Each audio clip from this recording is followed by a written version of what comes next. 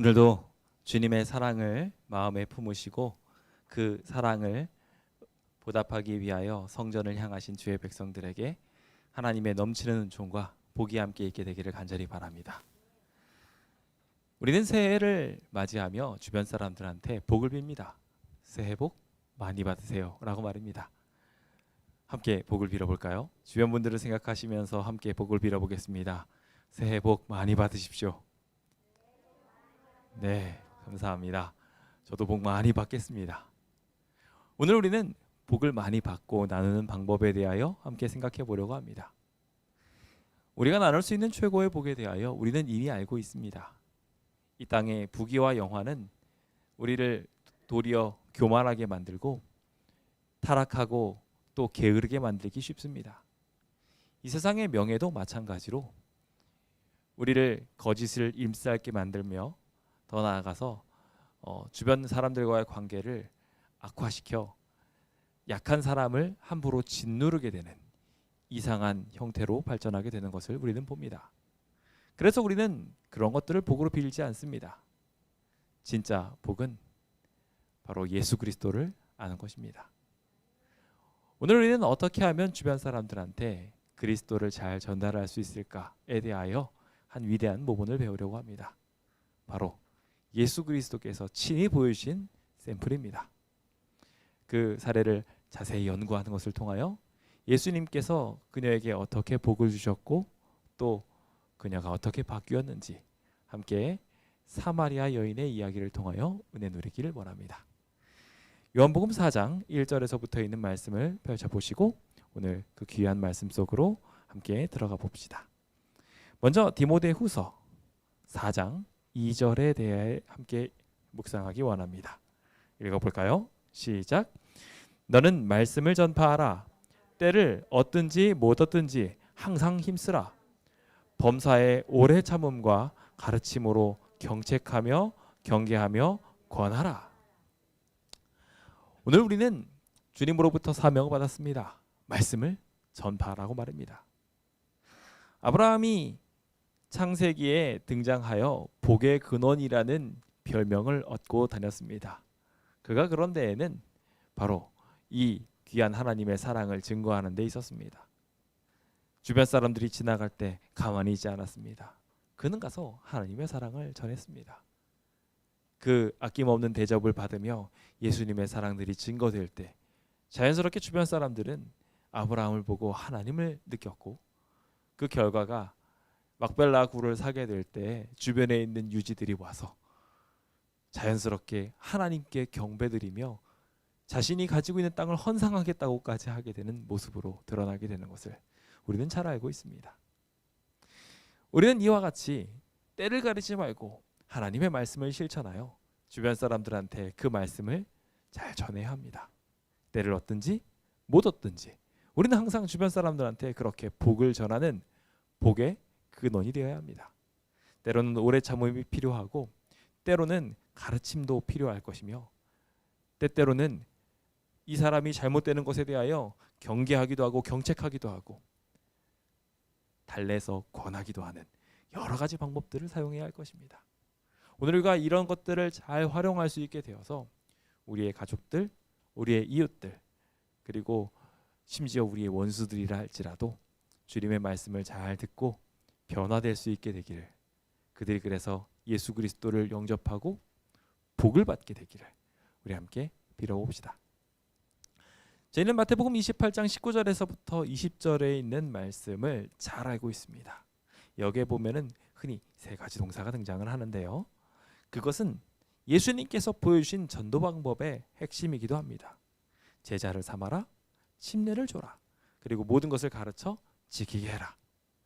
이 세 가지 명령을 잘 기억해 두신 채 오늘 사마리아 여인 전도 방법을 함께 따라와 보시기 바랍니다. 위기에 빠진 백성들에게 가장 확실하게 복음을 증거하고 사랑을 증거할 수 있는 비결이 되리라 저는 생각해 봅니다. 요한복음 4장 1절은 지난 내용에 이어서 주님께서 제자를 가르치시는 이야기가 등장을 합니다. 침례를 베푸시는 일들이 많이 발생을 하면서 성전을 정결하게 하신 놀라운 사건들로 말미암아 주변 사람들이 다들 예수님께 매달리기 시작합니다. 그때 바리새인이나 여러 사람들이 조용히 와서 권면을 받기도 하였지만 동시에 경계하기도 하였습니다. 그래서 예수님을 벌써부터 죽이려고 쫓아내려고 하는 모략이 있는 줄을 주님께서 아시고 주님께서는 이 침례 베푸시는 사역에서 물러나셔서 가르침을 이제 멈추시고 그의 고향인 갈릴리로 다시 돌아가게 되셨습니다. 이때 예수님께서 하시는 분명한 삶의 방향성이 있었습니다. 예수님의 삶의 방향성은 무엇이냐면 단순히 인기몰이를 하거나 어떠한 위치를 차지하거나 어떠한 부를 얻으려고 하는 모습이 아니라 주변 사람들과 섞이시려는 분명한 목적을 가지고 있었음을 우리는 알게 됩니다. 제가 요즘 많은 분들을 만나게 됩니다. 재개발에 대한 조언들을 듣지요. 그러던 중에 제가 최근에 우리 한 선배님을 통하여 이야기를 듣게 됩니다. 안타깝게도 지금은 현재 신앙생활을 하고 있지 않으신데요. 그분이 심지어 우리가 재림교회 시작할 때 손흥조 임기반 기억하십니까? 네, 이 두 분 중에 한 분이신 손흥조님의 후예이십니다. 그래서 가족들이 전체가 다 신앙인이세요.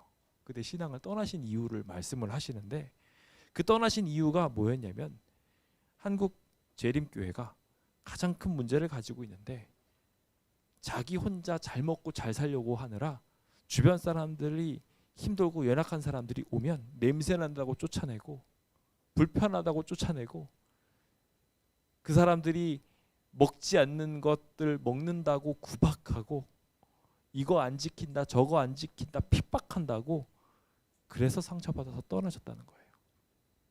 제가 그 이야기를 듣고 나서 우리가 정말 예수님의 모범을 못 보여주었구나. 그분이 하시기를 나아가서 복음을 증거하는 사람이 되어야 되지 않겠냐. 정말 예수님과 같은 사람이 되어야 되지 않겠느냐라고 이야기하는데 신앙을 하시지 않는 그분의 이야기가 제 마음에 어찌나 깊게 와닿는지요. 섞이려고 하지 않고 저 사람이 죄인이라고 이야기하고 저 사람이 더럽다고 이야기하고 저 사람이 잘못을 저지른다고 이야기하며 그 사람과 함께 있지 않으려고 하는 것을 보게 됩니다. 하지만 주님께서는 분명한 목적을 가지셨습니다. 4절입니다. 사마리아를 통과하여야 하겠는지라. 주님께서는 분명한 목적을 가지셨습니다. 섞이시려고 하셨어요. 마태복음 5장 13절은 너희는 세상의 소금이다 라고 이야기하며 소금이 그 맛을 잃게 된다면 무엇으로 짜게 하겠냐고 말씀하십니다. 소금이 비로소 주변에 들어가서 섞이게 되고 짜게 하는 일을 수행해야 비로소 의미가 있는 것입니다.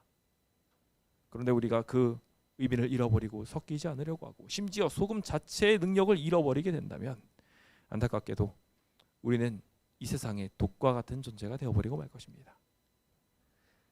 그분이 기대하시기를 이제 이 교회가 하나님의 은혜를 받았으면 좋겠다 라고 이야기하며 그래도 내 조상과 연관되어 있는 이 교회가 그래도 그나마 제일 나은 것 같은데 이 그나마 제일 나은 이 교회가 조금 이 기회로 변화됐으면 좋겠다 라고 이야기하시는데 저도 그것에 강력하게 동의하게 되었습니다. 주님께서는 그래서 지나가시며 사마리아에 있는 한 동네 수가라는 곳으로 도착하십니다. 이 수가라는 동네는 아주 흥미로운 설명을 덧대어 이곳이 소개되어지고 있는 것을 보게 됩니다.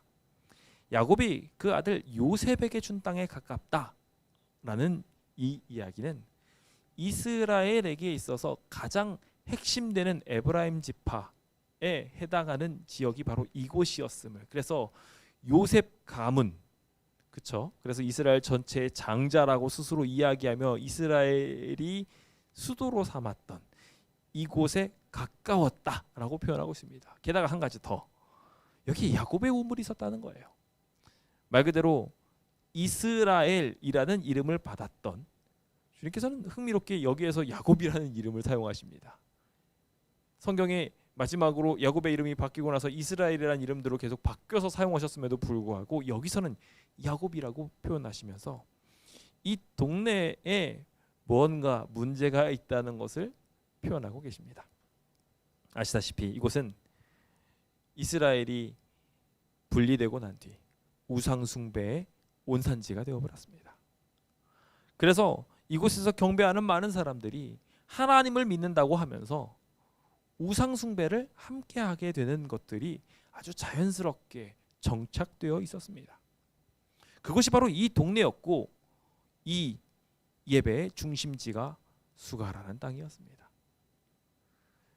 이곳에서 예배를 드리지 않았던 게 아닙니다. 이 사마리아 성에 있었던 사람들이 다 함께 하나님을 부르짖고 예배하였습니다.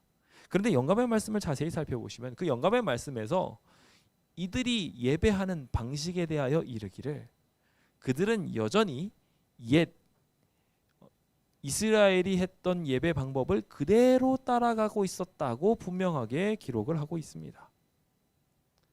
아직까지도 그들은 버리지 못하고 잘못된 예배를 가지고 있었기에 주변 사람들과 함께 섞이지 못하고 있었고, 또한 주변 사람들도 잘못을 하여서 이 백성들을 차별하고 있었던 것입니다. 하지만 주님께서는 이 잘못 행하고 있는 사람들을 잘못 행한다고 버려두지 않으시고 가셔서 구원하셨습니다. 동시에 우리를 향해서도 은혜의 손길을 베푸시는 분이 주님이십니다.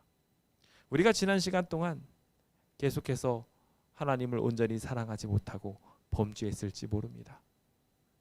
우리가 사람을 가려서 받아들지 모르고 또 욕망으로 가득 차서 예배했을지도 모릅니다. 우리의 예배 자세가 잘못되었을 수도 있습니다. 이 모든 삐뚤어진 속이는 예배에 빠져있는 야곱의 우물에 처해 있는 사람들에게 주님께서는 친히 방문하여 주셨습니다. 그리고 그곳에 주님의 복음을 심어주셨죠. 오늘 그 위대한 기적이 이 광명교회에도 임하게 되기를 예수님의 이름으로 축원드립니다. 그 아름다운 일이 일어나게 되어서 주변 사람들한테 복을 많이 전할 수 있는 아름다운 기적 함께 맛보게 되었으면 좋겠습니다. 주님께서는 이제 이곳으로 오게 되었습니다. 어떤 사람들은 이 시간을 육시라는 것에 대하여 로마식으로 해석하면서 막 여러 가지로 이 시간대를 바꾸려고 노력하지만 우리는 영감의 말씀을 통해서 이 시간이 정오라는 것에 대하여 명확하게 알고 있습니다. 가장 더울 시간이었습니다. 허기지기도 하셨습니다. 그런 상태에서 우물가에 앉으셨는데 안타깝게도 거기에는 그릇이 없었지요. 제자들은 목도 축이지 못한 채 먹을 것을 사기 위하여 동네로 들어가게 되었습니다. 왜 예수님은 남았을까요? 여기가 어디입니까? 사마리아입니다. 자신의 스승만큼은 부정하게 되지 않았으면 좋겠다고 생각하고 예수님을 남겨버린 겁니다. 그리고 자기들만 이곳으로 들어갔어요.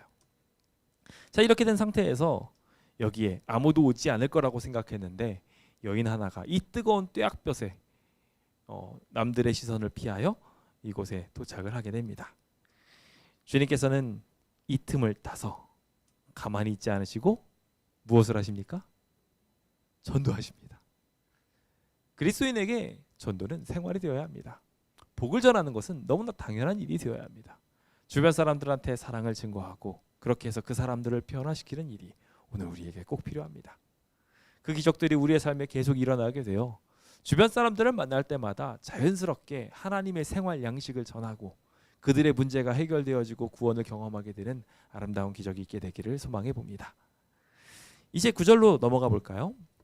사마리아 여자가 이제 말을 합니다. 기이한 일이었죠. 유대인이 어떻게 사마리아 여인한테 말을 거냐라는 것입니다. 요즘에 우리도 비슷한 경험들을 합니다. 진짜 죄인이라고 생각하는 사람에게 우리가 그리스도인으로서 접근하면 둘 중에 하나죠. 하나는 나한테 뭘 뺏어 먹으려고 하나라는 쳐다보거나 아니면은 굉장히 경계하면서 이 사람이 평소엔 나를 안 찾더니 어떻게 나를 찾게 되었을까라는 생각을 하게 됩니다. 여기 이 여인도 그것부터 시작이었습니다.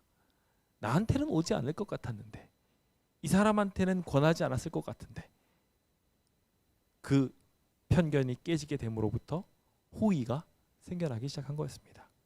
주님께서는 이 방법을 우리가 잘 알고 있는 호의를 요청하는 것을 통하여 마음을 여시는 방법으로 활용하게 되십니다.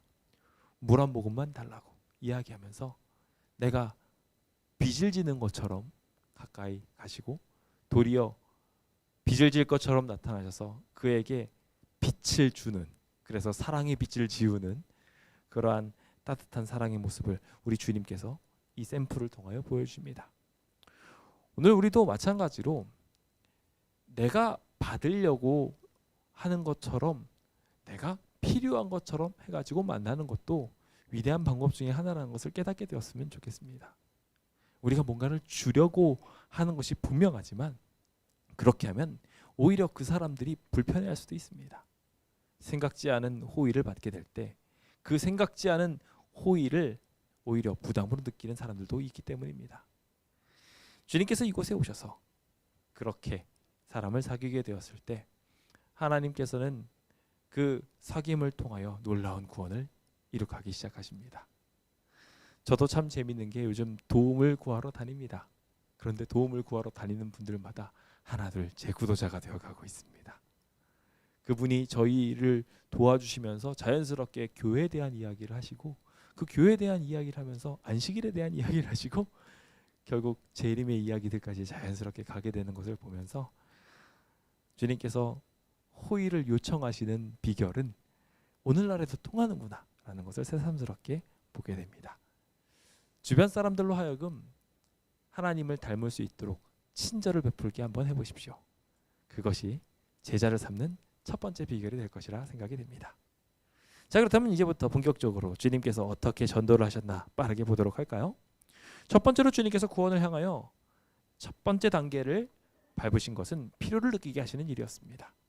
마태복음 9장 35절입니다. 함께 읽어볼까요? 시작. 예수께서 모든 도시와 마을에 두루 다니사 그들의 회당에서 가르치시며 천국 복음을 전파하시며 모든 병과 모든 약한 것을 고치시니라. 주님께서는요, 이 땅에 오셔서 가르치고 복음을 전하시는 것뿐 아니라 항상 무엇을 하셨습니까? 주변 사람들에게 그 필요를 채워주셨어요.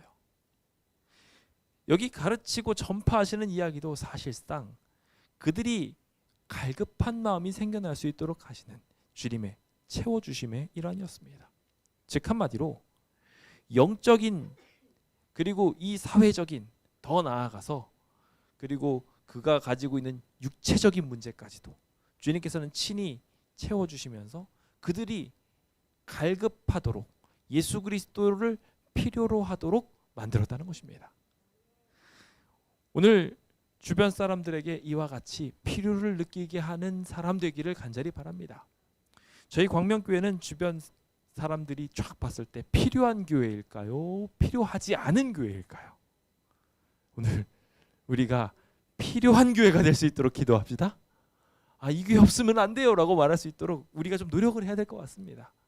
그래서 최소한 저는 이 근처에 있는 사람들만이라도 이 광명교회는 정말 사랑을 많이 베풀었다. 그래서 없어지면 안 되겠다 라고 말할 수 있게 되기를 소망해 봅니다. 정말 아쉬운 게 있다면요, 제가 열심히 사귀었던 분들이 다 이사 가셨어요. 옆에 있는 분들이 재개발 이걸로 인해서 다 이사 가셔서 옆에 이웃들이 다 바뀌었더라고요. 코로나라서 새로 사귀지 못해가지고 여기 있는 분들이 저희 교회의 선행을 알지 못하는 게 너무 아쉽습니다. 코로나라고 하지만 지금부터라도 그분들의 필요를 채울 수 있도록 우리 기도하면서 접근해 보면 좋겠습니다. 자, 주님께서 이제 가십니다. 가셔서 이제 말씀하시기를 이 물을 달라고 하셨죠. 그런데 물을 달라고 하는 상황 속에 유대인인데 왜 저한테 이거를 달라고 하세요? 라고 수비적으로 농담조로 말하고 있는 이 여인에게 주님께서는 바로 물과 관계 있는 한 단어를 사용하시는 것을 통해서 흥미로운 대화를 이끌어 가십니다. 동방에서는 물을 하나님의 선물이라고 불렀다고 영감의 말씀은 기록하고 있습니다. 즉, 이 하나님의 선물이라는 말을 딱 하게 됐을 때 이 하나님의 선물이 물이라고 생각했을 거라는 거예요. 그런데 여기에 동시에 또 다른 말이 등장합니다. 또 내게 물 좀 달라 하는 이가 누구인 줄 알았더라면 이라는 단어가 등장합니다. 참 재밌는 것이죠. 하나님의 선물은 생수와 같아서 각 사람들이 목마를 때 목을 채워줍니다. 그 갈증을 해소할 수 있는 것이 육체적인 일에서 끝나지 않고 주님께서는 하나님의 선물이라고 하며 자기 자신을 소개하시려고 하시는 것입니다. 즉, 이 물이라는 키워드를 통하여 주님께서는 벌써 예수님에 대한 이야기를 하고 싶으신 거예요. 우리는 이 내용을 다 알고 있다 보니 자연스럽게 누구인 줄 알았더라면 내가 그에게 구하였을 것이다. 그는 내게 생수를 주었을 것이다. 라는 이야기를 다 이해합니다. 바로 예수 그리스도가 진정한 하나님의 선물이고 지금 이야기하고 싶은 주제라는 것을 우리는 알 수 있지요. 우리가 하는 대화도 이렇게 됐으면 좋겠습니다. 주변 사람들이 뭔가 필요로 한다고 할 때 그들에게 필요에 대한 이야기들을 자연스럽게 말씀하시며 그들의 필요를 채워주시고 또한 우리의 필요들을 채움받기도 하십시오. 그러면서 자연스럽게 주님께서 늘 실물 교훈으로 말씀하셨던 것처럼 그곳에 녹아있는 예수님을 설명하는 것입니다. 설명하는 것에 대하여 우리는 묵상을 많이 해야 됩니다. 연구를 많이 해두어야 돼요. 성경 속에 나와 있는 샘플들은 이미 다 알고 있으셔야 되고요. 뭐 바람, 뭐 생수, 불, 물, 뭐 이런 모든 것들은 다 사실 우리가 이미 성경을 통하여 예수님께서 어떻게 역사하시는지에 대해 잘 알고 있는 단어들입니다. 근데 요즘 현대적인 기기들이나 그렇죠? 그리고 사건 같은 거는 우리가 잘 묵상해서 그 사건들이 나올 때 예수님을 증거할 수 있도록 준비할 필요가 있습니다. 그들이 이 키워드를 통하여 같이 하나님을 느낄 수 있도록 하면 우리는 그만큼 더 많은 접점을 가지고 예수 그리스도를 증거할 수 있게 될 것입니다. 뭐 코딩이라든지, 그렇죠?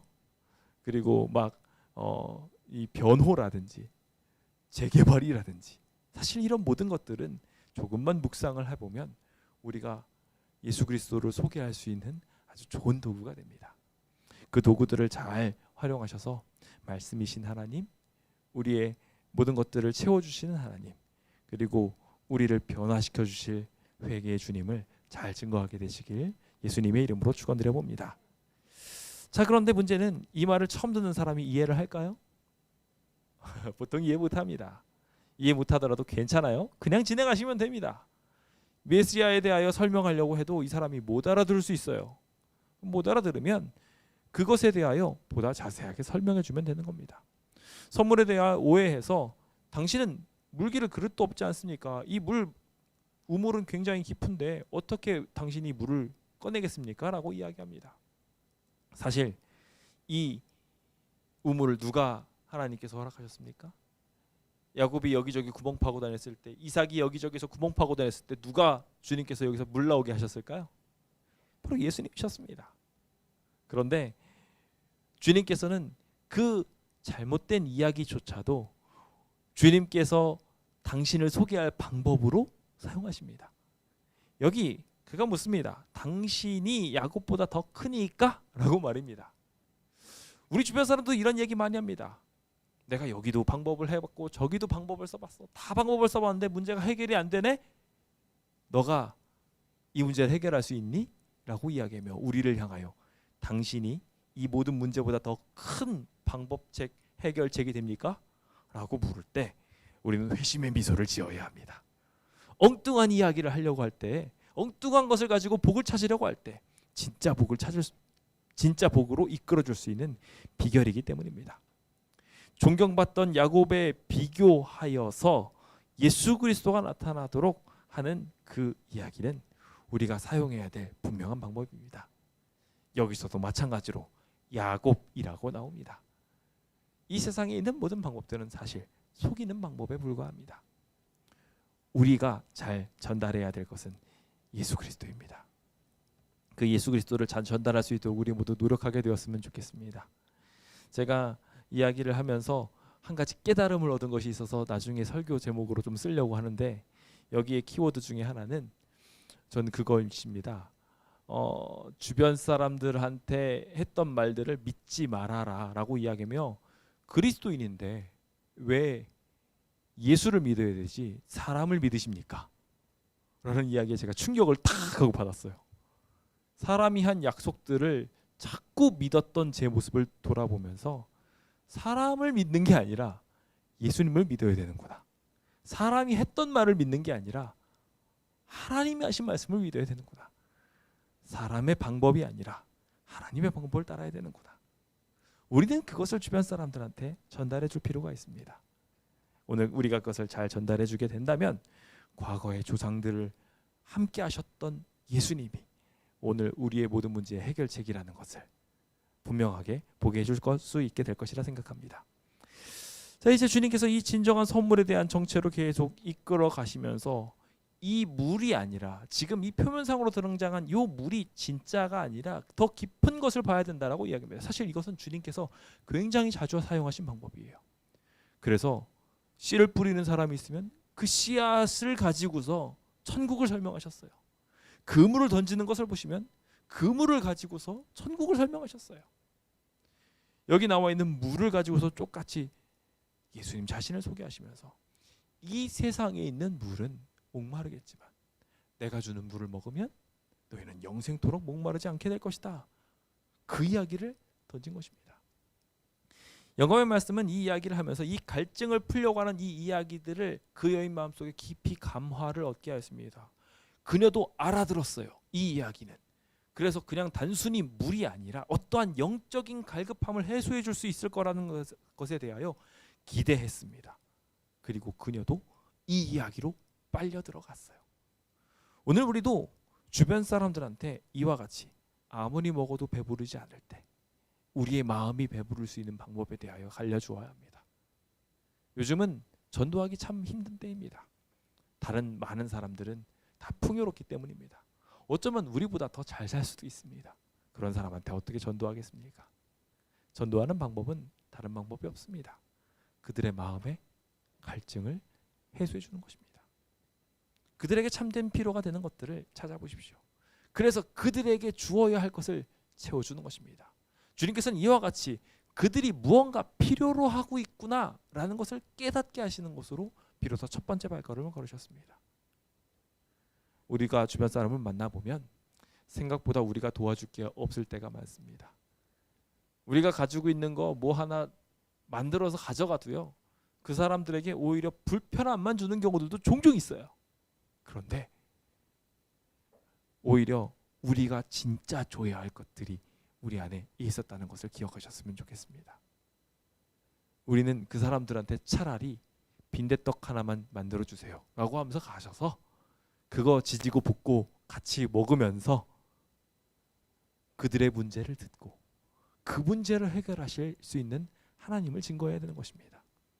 주님께서는 제자를 파송하실 때 두 손 두 발에다가 피자 박스 잔뜩 들고 가게 하지 않으셨습니다.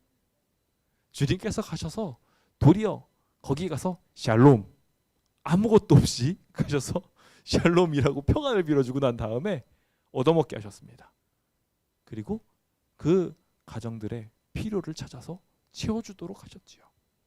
이것은 성경 전반에 있는 이야기입니다. 엘리사 선지자가 뭐 얻어먹으면서 다녔습니까?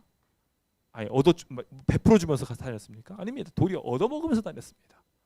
하지만 그 호의를 받고 난 다음에 자식들을 선물하라 했습니다. 인간의 능력으로 해결할 수 없는 어떠한 기적을 하나님의 백성은 베풀어 줄 수 있었던 것입니다.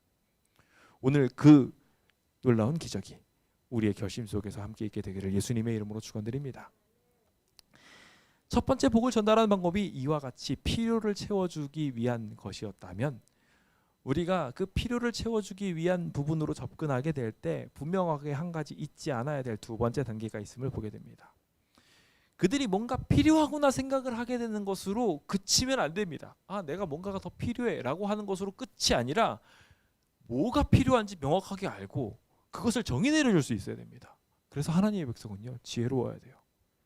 최소한 하나님의 말씀에 대해서는 성경절을 못 외우더라도 최소한 이것이 올바른 길이라고, 이것이 올바른 올바로 기대해야 되는 곳이라고 알려줄 수 있어야 됩니다.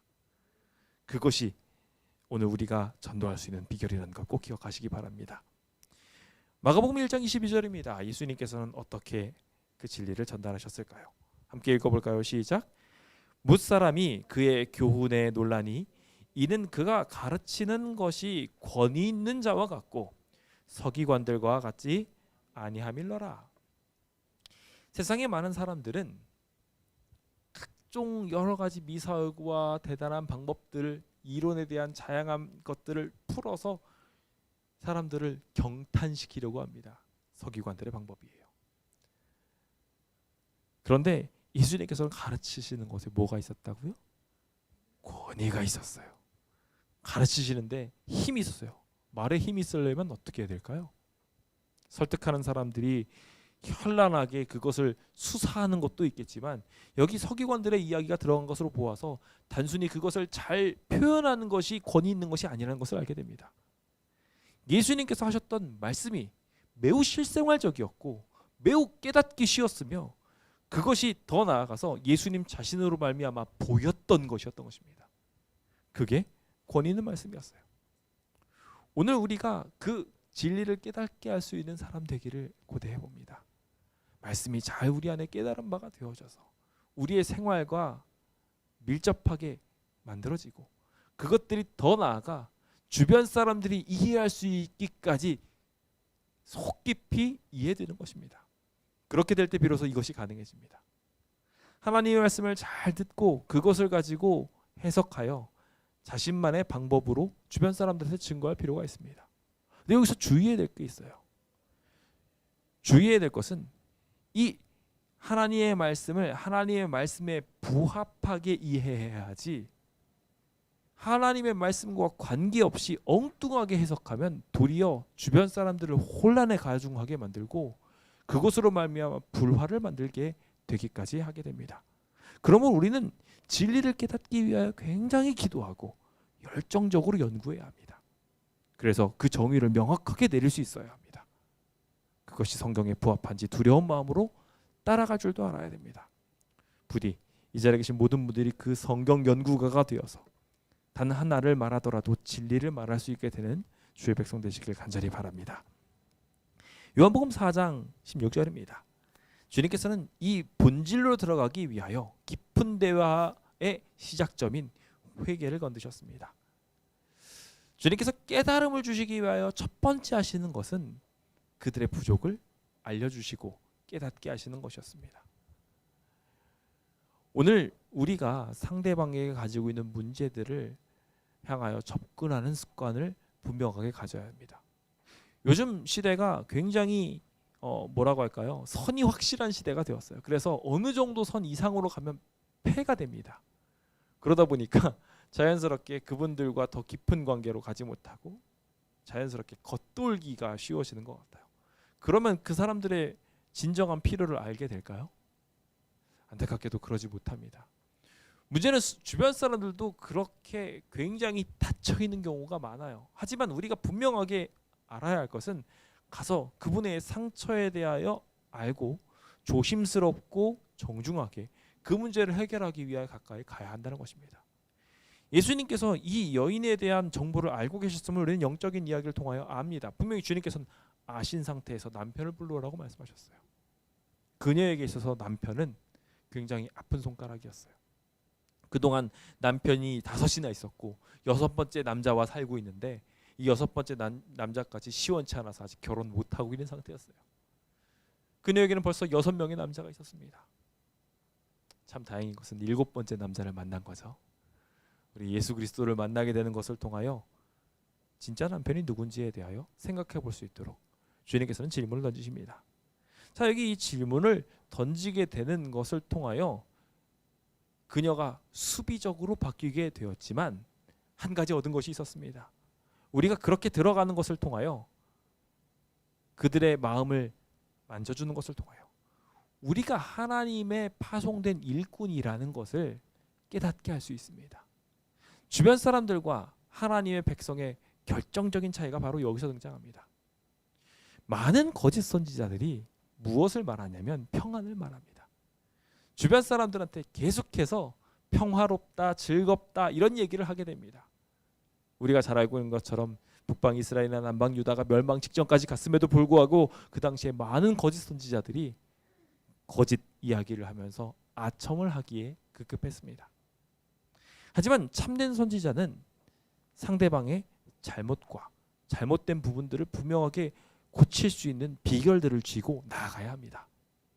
주님께서는 그녀가 지금 정오에 나올 수밖에 없었던, 그리고 그녀가 갈증을 느낄 수밖에 없었던, 그래서 방금 전에 그 여인 스스로가 말하면서 내가 다시는 물 안 꺼내게, 이렇게 이 시간에 물 안 뜨게, 그래서 내 영적인 문제가 해결할 수 있게 해주십시오라는 이야기를 해답으로 주기 위해서 이 문제의 본질로 들어가셨습니다.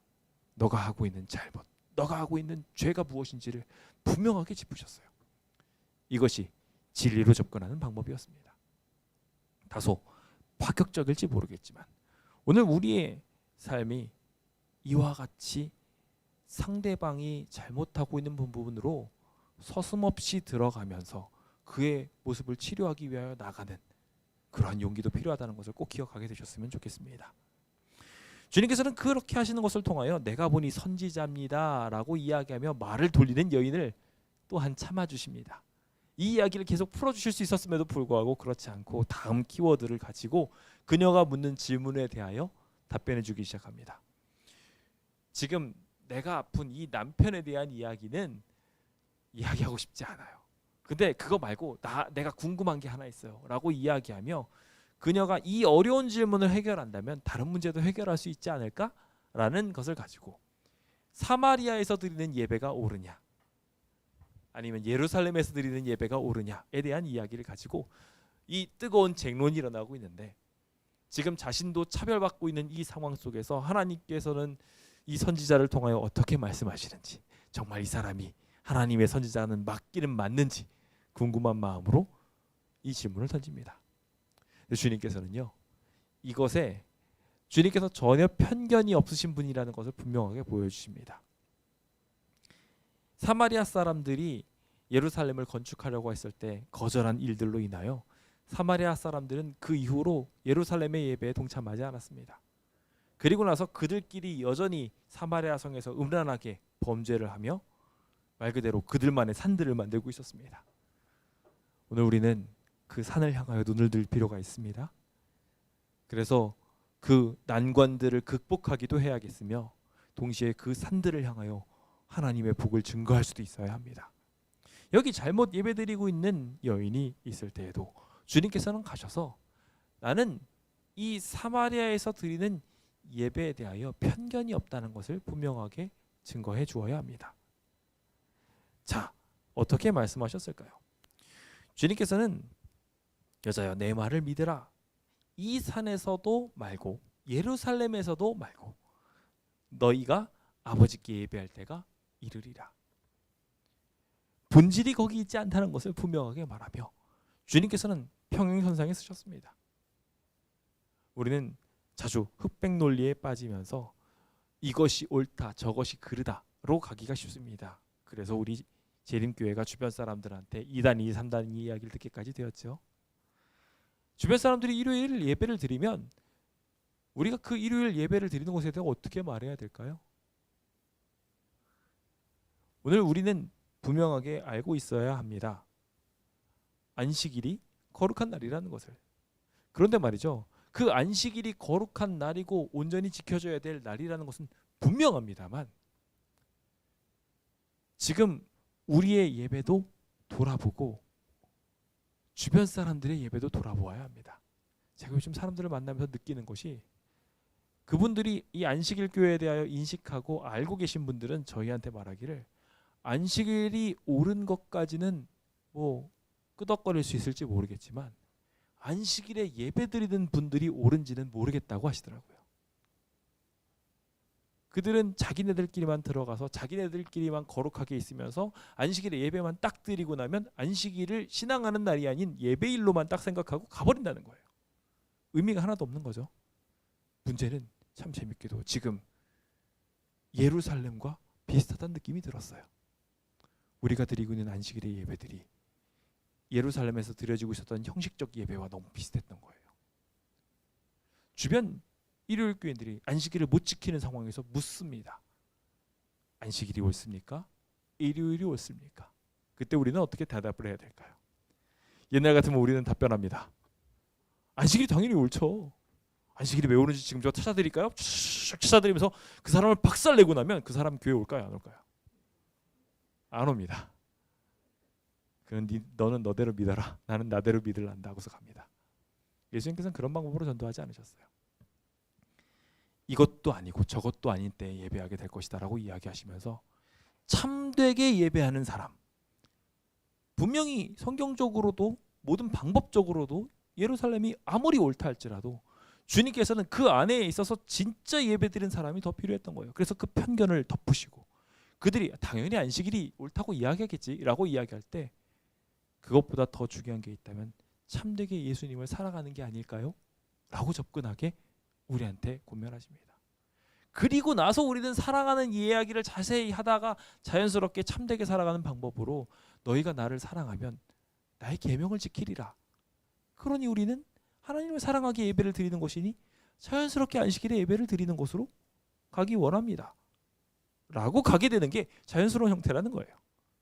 그러니까 우리가 흑백 논리에 빠지기보다 그 편견을 극복하고 공통점 속에서 구원으로 이끄는 우리의 좋은 접근 방법이 오늘 우리에게 필요하지 않나 생각해 보게 됩니다. 주님께서는 그렇게 이야기를 하면서 신령과 진정으로 예배하는 것, 그냥 단순히 외형과 형식에 의해서 한정된 예배가 아니라, 그래서 우리는 막 안식일을 지키는 게 거룩한 겁니다. 그래서 우리는 안식일을 지키니까 거룩하게 구원을 받을 겁니다라고 이야기한단 말이죠. 정말 안식일 지키십니까? 안식일에 예배만 딱 드리고 안식일 예배 시간만 지키고 있지는 않으십니까? 생각해 볼 필요가 있어요. 우리는 안식일 지킨다고 말하면서 안식일 예배만 드리고 있어요. 그래서 안식일 예배 교인이지 안식일 교인이 아니에요. 참되게 예배하는 게 우선인 거죠. 차라리 일요일 교인들은 주일을 지키겠다고 미친 듯이 주일을 성수하려고 하는 분들도 생각보다 많습니다. 참되게 예배하는 자들, 진짜 사랑을 찾는 사람들. 그래서 그 사람들이 형식에서 벗어나 하나님을 진짜 사랑하게 되고 자연스럽게 다시금 하나님의 말씀으로 돌아오게 되는 일들이 오늘 우리에게 이루어져야 합니다. 그 일들을 잘 깨닫게 하기 위하여 우리가 그렇게 좋은 방법으로 깨달음을 증거할 수 있게 되는 우리 모두가 되었으면 좋겠습니다. 이 모든 문제에 대하여 우리가 최종적으로 알아야 할 한 가지 중요한 키워드가 있습니다. 우리가 이 모든 것을 증거하고 나서 내가 부각되면 안 됩니다. 자신이 부각되면 안 돼요. 이 여인도 그걸 알았어요. 이 선지자에 대하여 설명을 하면서 당신이 이런 이야기들에 대하여 다 이야기하는데 그것에 대하여 최종적인 답을 내려줄 수 있는 분은 이분밖에 없다고 딱 정리를 합니다. 메시아, 즉 예수 그리스도이십니다. 우리는 이 모든 이야기를 설명하고 나서 예수 그리스도를 발견하게 만들어야 합니다. 궁극적인 깨달음으로 말미암아 그 사람들이 해결점을, 그들이 가지고 있었던 난제들을 결과적으로 예수 그리스도로 해결받게 해야 됩니다. 나 때문에 해결받았다는 느낌을 받게 하는 게 아니라 그리스도를 만났구나. 그렇게 할 수 있도록 우리 모두 기도합시다. 오늘 그 아름다운 기적이 우리의 삶에 있게 되기를 예수님의 이름으로 축원드립니다. 제가 결심을 하나 했습니다. 시간이 지나면 더 이상 설교를 안 하기로. 시간이 다 돼갑니다. 정말 아쉽습니다. 세 번째는 구원을 실천하게 하시는 일이었는데요. 오늘 우리의 삶에 주님께서는 그냥 가르치는 것으로 끝이 아니라 나가서 실천하게 하셨습니다. 아무것도 하지 않았던 제자들과는 다르게 그녀는 나가서 그것을 증거하게 하였고 이것이 당연한 것이라고 이야기하며 추수하도록 이끄셨습니다. 여인이 나가서 증거하게 되었을 때 사마리아 성에는 깨달음이 가득한 사람으로 가득하게 되었지요. 오늘 우리의 삶에도 이러한 기적이 있게 되기를 소망해 봅니다. 아무리 전도를 많이 했어도 그 사람이 또 다른 사람을 전도하지 않으면 우린 전도한 게 아니에요. 우리는 그들을 제자 삼아야 합니다.